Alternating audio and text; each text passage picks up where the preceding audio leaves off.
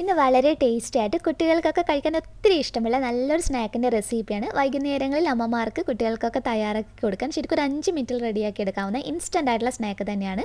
അപ്പോൾ എല്ലാവരും തീർച്ചയായിട്ടും ഒന്ന് ട്രൈ ചെയ്ത് നോക്കിയിട്ട് ഫീഡ്ബാക്ക് പറയണേ. ഇന്നത്തെ റെസിപ്പി ഇഷ്ടപ്പെടുവാണെങ്കിൽ ലൈക്ക് ചെയ്യുക. ചാനൽ ആരെങ്കിലും പുതിയതായിട്ട് കാണുവാണെങ്കിൽ ഒന്ന് സബ്സ്ക്രൈബ് ചെയ്തിട്ട് ആ ബെല്ലൈക്കണിൽ കൂടി ക്ലിക്ക് ചെയ്യുക കേട്ടോ. അപ്പോൾ പെട്ടെന്ന് തന്നെ ഇതെങ്ങനെയാണ് തയ്യാറാക്കി എടുക്കുന്നതെന്നുള്ളത് നോക്കാം. അപ്പോൾ ഇതിന് വേണ്ടിയിട്ട് ഞാൻ ഒരു ഇത്തിരി സവാള, ഒരു ടേബിൾ സ്പൂൺ സവാളയൊക്കെ മതി, പൊടി പൊടിയായിട്ടൊന്ന് അരിഞ്ഞെടുത്തിട്ടുള്ളതാണ്. കൂടെ ഒരു 2 വലിയ വെളുത്തുള്ളി എടുത്തിട്ടുണ്ട്. ചെറുതാണെങ്കിൽ 3-4 എണ്ണൊക്കെ എടുക്കുക കേട്ടോ. മിക്സിയിലോട്ടേക്ക് ചേർത്ത് കൊടുത്തതിന് ശേഷം നമ്മൾ ഇതിലോട്ടേക്ക് വേണമെങ്കിൽ ഒരു ഇത്തിരി വെള്ളം ഒഴിച്ചു കൊടുക്കുക. എന്നിട്ട് ഒന്ന് അരച്ചെടുക്കാം. ചെറുതായിട്ടൊന്ന് അരച്ചെടുത്താൽ മതി. ഇതുപോലെ റെഡിയാക്കി എടുക്കാം. അപ്പോൾ ഇതിവിടെ റെഡി ആയിട്ടുണ്ട്.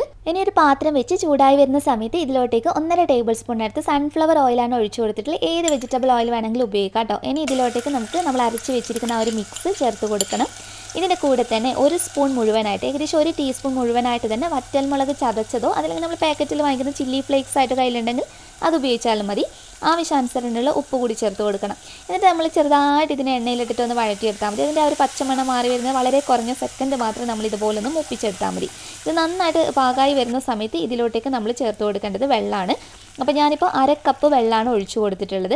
വെള്ളം ഒഴിച്ചു കഴിഞ്ഞാൽ ഇതിലോട്ടേക്ക് ഞാൻ 1 ടീസ്പൂൺ മുഴുവനായിട്ട് ബ്രൗൺ ഷുഗർ ആണ് ചേർത്ത് കൊടുത്തിട്ടുള്ളത്. ബ്രൗൺ ഷുഗർ ഇപ്പോൾ എല്ലാവരുടെ കയ്യിലും ഉണ്ടാകണമെന്നില്ല.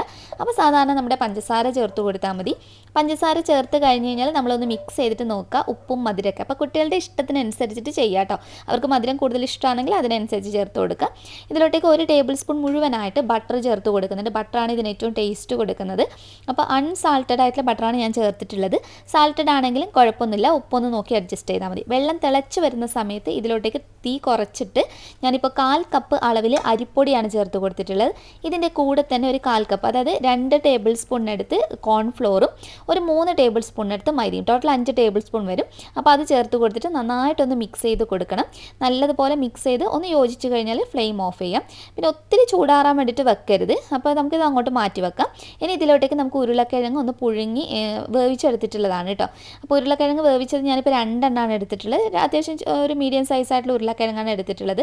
ഇതിപ്പോൾ ഞാൻ കൈ വെച്ചിട്ട് തന്നെ നല്ലതുപോലെ ഒന്ന് ഉടച്ചെടുത്തിട്ടുണ്ട്. ഇനി നമ്മൾ നേരത്തെ റെഡിയാക്കി വെച്ച ആ ഒരു മിക്സ് ഉണ്ടല്ലോ, ഇതിനകത്തോട്ടേക്കൊന്ന് ചേർത്ത് കൊടുത്താൽ മതി. എന്നിട്ട് എല്ലാം കൂടി ഒന്ന് കുഴച്ചെടുക്കണം. അപ്പോൾ ആ സമയത്ത് വേണമെന്നുണ്ടെങ്കിൽ ഉപ്പൊക്കെ നോക്കിയിട്ട് അഡ്ജസ്റ്റ് ചെയ്യാം. അപ്പോൾ ഉപ്പ് കുറച്ച് കുറവായി തോന്നിയതുകൊണ്ട് ഞാൻ കുറച്ചുകൂടി ഉപ്പ് ചേർത്തിട്ടുണ്ട്. അതുപോലെ തന്നെ ഇതിനകത്തോട്ടേക്ക് നമ്മൾ കുറച്ച് എണ്ണ കൂടി ഒഴിച്ചു കൊടുക്കണം. അപ്പോൾ ഞാൻ ആ ഒരു വെജിറ്റബിൾ സൺഫ്ലവർ ഓയിൽ തന്നെ 1 ടീസ്പൂൺ മുഴുവനായിട്ടൊന്ന് ഒഴിച്ചു കൊടുത്തിട്ടുണ്ട്. അപ്പോൾ കുഴച്ചെടുക്കുന്ന സമയത്ത് നിങ്ങൾക്ക് വേണമെന്നുണ്ടെങ്കിൽ മൈദയോ കോൺഫ്ലോറോ എക്സ്ട്രാ വേണമെങ്കിൽ ഇതിനകത്ത് ഈ സമയത്ത് ചേർത്ത് കൊടുക്കാം കേട്ടോ. അതായത് ഒത്തിരി ഡ്രൈ ആയിട്ടോ വെള്ളം പോലെയൊക്കെ തോന്നുന്നുണ്ടെങ്കിൽ അതിനനുസരിച്ച് അഡ്ജസ്റ്റ് ചെയ്യാം. എന്നിട്ട് ഇഷ്ടമുള്ള ഷേപ്പിൽ ചെയ്തെടുക്കാം കേട്ടോ. നിങ്ങൾക്ക് ഏതാണോ സൗകര്യം, ഒന്നെങ്കിൽ റോൾ ചെയ്തിട്ട് ജസ്റ്റ് മുറിച്ചെടുത്താൽ മതി. അതാകുമ്പോൾ കുറച്ചുകൂടി എളുപ്പമാണ്. ഞാനിപ്പോൾ കുഞ്ഞു കുഞ്ഞു ഉരുളകളായിട്ട് എടുത്തിട്ടുള്ളത്. കുഞ്ഞായിട്ട് കഴിക്കുമ്പോൾ സ്നാക്കായിട്ട് കഴിക്കുമ്പോൾ നല്ല ടേസ്റ്റാണ്. ഇത് ഒത്തിരി ഉണ്ട്, ഇത്രയും ഞാൻ തയ്യാറാക്കി എടുക്കുന്നില്ല. പകുതി ഭാഗം ഞാൻ എയർ ടൈറ്റ് ആയിട്ടുള്ള പ്ലാസ്റ്റിക് കണ്ടെയ്നറിനകത്ത് ആക്കിയിട്ട് ഫ്രീസറിനകത്ത് വെക്കുകയാണ്. അപ്പോൾ ഒരു 3-4 ദിവസം വരെ നമുക്ക് ഇതുപോലെ സ്റ്റോർ ചെയ്യാം കേട്ടോ. അതായത് വൈകുന്നേരം നമ്മൾ ഉണ്ടാക്കുന്ന സമയത്ത് കുറച്ച് മുന്നേ എടുത്ത് പുറത്ത് വെച്ചാൽ മതി. ഒരു 3-4 ദിവസത്തിൽ കൂടുതൽ ഉപയോഗിക്കരുത് കേട്ടോ. നമ്മൾ കുട്ടികൾക്കൊക്കെ കൊടുക്കാനുള്ളതല്ലേ. ഫ്രീസറിനകത്ത് നല്ല ടൈറ്റ് ആയിട്ടുള്ള കണ്ടെയ്നറിനകത്ത് അടച്ചു വെച്ചാൽ മതി. ചൂടായ എണ്ണയിലോട്ടേക്ക് ഇതുപോലെ ചേർത്ത് കൊടുക്കുക. നമ്മൾ ചേർത്ത് കൊടുത്ത പാടെ അങ്ങ് ഇളക്കി കൊടുക്കരുത്. കുറച്ച് സമയം കഴിഞ്ഞ് കഴിഞ്ഞാൽ സ്പൂൺ വെച്ചിട്ടൊന്ന് ഇളക്കി കൊടുക്കുക. ഇട്ട പാടെ ഇളക്കി കൊടുക്കരുതെന്നേ ഉള്ളൂ. അത് കഴിഞ്ഞാൽ ഒരു മീഡിയം ടു ഹൈ ഫ്ലെയിമിലിട്ടിട്ട് തന്നെ നമുക്കിത് തയ്യാറാക്കിയെടുക്കാം. കാരണം ഇതിനകത്തുള്ള എല്ലാം നമ്മൾ വേവിച്ചിട്ടാണല്ലേ ചേർത്തിട്ടുള്ള. അരിപ്പൊടി ആണെങ്കിലും അതെ, അതുപോലെ തന്നെ ഉരുളക്കിഴങ്ങ് എല്ലാം വേവിച്ച് ചേർത്തത് കൊണ്ട് തന്നെ ഇത് ചെറുതായിട്ടൊന്ന് മൊരിഞ്ഞ് കിട്ടിയാൽ മാത്രം മതി. പെട്ടെന്ന് തന്നെ നമ്മൾ അരിപ്പൊടി മൈദയും കോൺഫ്ലോറൊക്കെ ഉള്ളത് കൊണ്ട് തന്നെ നല്ല ക്രിസ്പി ആയിട്ട് ഇത് വരും. ശരിക്കും നമ്മളെ പാക്കറ്റിലൊക്കെ കുറേ സ്നാക്സ് ഇതുപോലെ വാങ്ങിച്ച് കഴിക്കാറുണ്ട്. ശരിക്കും ഹെൽത്തി ആയിട്ട് നമുക്ക് ഇതുപോലെ വീട്ടിൽ സിമ്പിളായിട്ട് കുട്ടികൾക്ക് ഇഷ്ടമുള്ള രീതിയിൽ തയ്യാറാക്കി കൊടുക്കാവുന്നതാണ്. അപ്പോൾ നമ്മുടെ ആദ്യത്തെ ബാച്ച് ഇവിടെ റെഡി ആയിട്ടുണ്ട്. നല്ല രീതിയിൽ തയ്യാറായി വന്നിട്ടുണ്ട്. ഇതേ രീതിയിൽ നമുക്ക് മുഴുവനൊന്ന് ഫ്രൈ ചെയ്തെടുക്കാം.